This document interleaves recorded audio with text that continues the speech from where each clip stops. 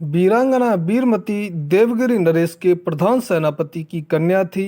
इनके पिता एक वीर तेजस्वी सेनापति थे, जिनके हृदय में देश प्रेम तथा स्वामी भक्ति का अभाव कूट कूट कर भरा था। इसलिए जब जब यमनों ने देवगिरी पर आक्रमण किया, तब तब उन्हें मुंह की खानी पड़ी।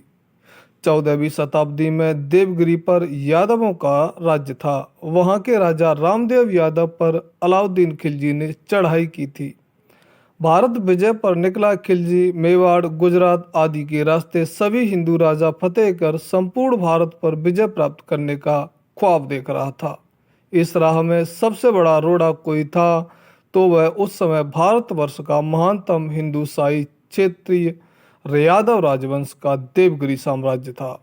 खिलजी जानता था कि जब तक अखंड हिंदू ध्वज को देवगिरी के यादवों की बलिष्ठ भुजाओं ने थाम रखा है, तब तक महान सनातन धर्म का वह बाल बांका भी नहीं कर सकता। खिलजी यह भी जानता था कि देवगिरी के अवीर और निर्भीक यादव से भिड़ना खूंखार शेर के मुंह में हाथ डालने जैसा है।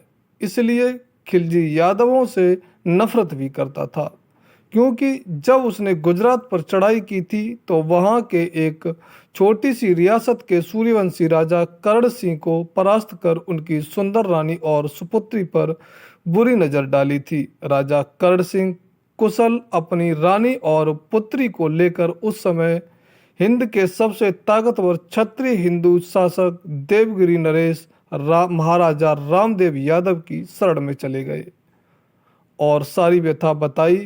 धर्मरक्षक न्यायप्रिय शासक महाराजा रामदेव यादव ने उन्हें आश्वासन दे अपनी राज्य में शरण दी और पूरे हिंदुस्तान में पैगाम लिखकर भिजवाया कि राजा कर्ण सिंह का परिवार सहित देवगिरी के शरण में है और उनकी पुत्री हमारी पुत्री समान है। यदि खिलजी या उसके चमचों ने आंख उठाकर देखा तो इनके परिवार की स्त्रियों पर तो ध्यान रहे, इनका अंजाम कितना महंगा पड़ेगा। राजा कर्ण सिंह की पुत्री आज से समस्त यादवों की पुत्री है और यादवों की बेटी पर आंख उठाने का अंजाम क्या होगा, यह सब जानते हैं।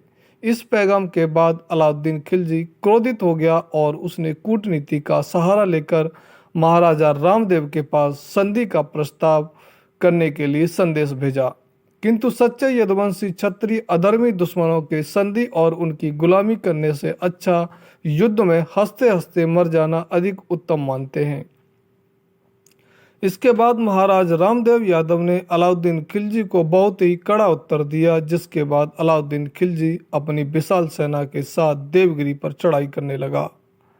लेकिन दुख की बात यह है कि हमारे ही हिंदू राजवंश के कुछ धूर्त और लालची राज परिवारों ने डर कर खिलजी की गुलामी स्वीकार कर रखी थी। वे सभी कायर सियार उस असभ्य असुर अलाउद्दीन खिलजी की सेना के साथ मिलकर हिंदू सूर्य देवगिरी के यादव क्षत्रियों से लोहा लेने आ रहे थे।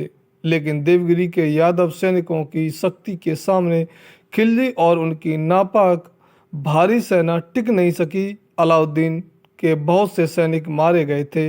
हार कर वह पीछे लौट पड़ा। उधर देवगिरी के विजय का उत्सव मनाया जाने लगा। महाराजा रामदेव के भी एक कन्या थी जिसका नाम गौरी था। गौरी और वीरवती साथ साथ खेलती थीं। उन दोनों में बहुत प्रेम था। कुछ दिनों बाद गौरी तथा वीरवती दोनों विवाह योग्य हो गईं और गौरी देवी का विवाह एक योग्य वर के साथ कर दिया गया और वीरवती का विवाह संबंध एक वीर मराठा सरदार कृष्णराव के साथ हुआ, जो उसी दरबार में एक सुंदर युवक था। तय हो गया था, वीरवती जैसा वीर रूपवान तथा गुणवान वर चाहती थी, उसे स्वामी भी ऐसा ही मिला। वह इस संबंध से बहुत प्रसन्न हुई। जब अलाउद्दीन खिलजी ने दूसरी बार देवगिरी पर चढ़ाई की, तब भी उसकी हार हुई। उसके बाद उसने कूटनीति का सहारा लेना उचित समझा। इसके बाद अलाउद्दीन खिलजी ने कृष्णराव को अपनी ओर मिलाया और सेना को लौटने की आज्ञा दी। देवगिरी नरेश ने अलाउद्दीन को लौटते हुए देख बहुत प्रसन्न हुए और सभी जगह पर खुशी मनाई जाने लगी। जब हिंदू सेना उत्सव आदि मनाने में लगी थी, तब अलाउद्दीन बड़ी तैयारी से देवगिरी के चारों ओर मोर्चाबंदी कर रहा था। अलाउद्दीन इस चढ़ाई को सुनकर रामदेव बड़े चिंतित हुए। उन्होंने एक दरबार किया और जिसमें राज्य के सभी प्रधान कर्मचारी गण सम्मिलित हुए। रामदेव ने सभी से अलाउद्दीन की कपट नीति का बदला लेने का उपाय पूछा। कृष्णराव के हृदय में उन दिनों से देवगिरी के राज्य सिंहासन पर बैठने की प्रबल इच्छा थी, इसलिए वह अपनी मनोकामना को पूर्ण करने की ताक में लगा रहता था।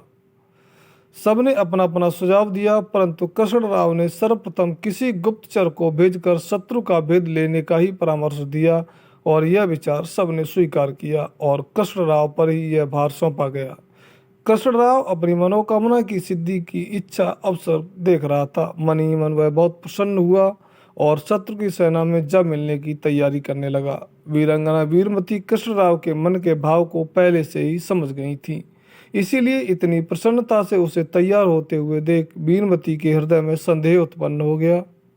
उसने अपने पति को रोकने का प्रयत्न किया, परंतु वह असफल रही। इसके बाद वीरमती का संदेह और अधिक बढ़ गया और जब कृष्णराव तैयार होकर घर से निकल गए, तब वीरमती ने भी पुरुष वेश धारण कर तलवार कमर में बांध घोड़े पर सवार होकर अपने भावी पति का अनुसरण किया। वीरमती ने देखा कि कृष्णराव एक झाड़ी के पीछे छिपकर अलाउद्दीन खिलजी के सेनापति को अपनी सेना के भेद दे रहा था। इसके बाद वीरमती क्रोध से पागल हो उठी। उसने झपट कर कृष्णराव की छाती पर तलवार घोंप दी। यह सब देखकर वह सेनापति भाग गया। कृष्णराव ने आंखें खोलकर वीरमती की ओर देखा, तब तक उसकी आंखें शर्म से झुक गईं और उसने वीरंगना वीरमती से कहा कि मैं सचमुच पापी हूँ, मुझे माफ कर देना। इसके बाद वीरमती ने कहा कि जो वीरमती धर्म को जानती है वह अपना कर्तव्य भी समझती है। आपने बिना मेरा संसार अधूरा है, यह कहते हुए उसने कृष्णराव को मारकर अपनी छाती में भी तलवार घोंप ली और मृत्यु को प्राप्त हो गई। साथियों, ऐसी ही वीरांगनाओं की कहानियाँ सुनने के लिए हमारे चैनल को सब्सक्राइब करें और वीडियो को लाइक करें। आपका बहुत बहुत धन्यवाद।